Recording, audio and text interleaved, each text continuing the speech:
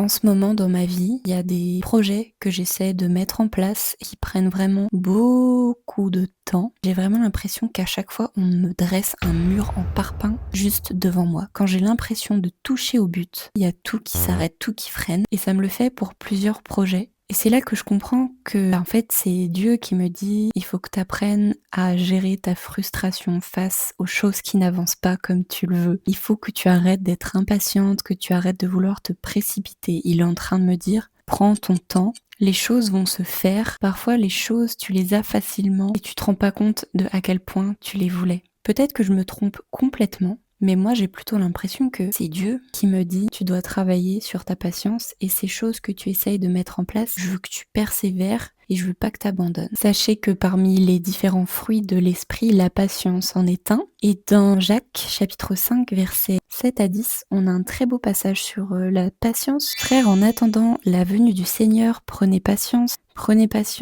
et tenez ferme. Frères, prenez pour modèle d'endurance et de patience les prophètes qui ont parlé au nom du Seigneur. Nous proclamons heureux ceux qui tiennent bon. Vous avez entendu dire comment Job a tenu bon, vous avez vu ce qu'à la fin le Seigneur a fait pour lui, car le Seigneur est tendre et miséricordieux». La frustration, elle peut être vraiment très grande, mais Dieu nous appelle à être patients. Et puis pour chaque chose pour laquelle on va être patient, c'est vraiment quelque chose qu'on va apprécier après. Petite anecdote.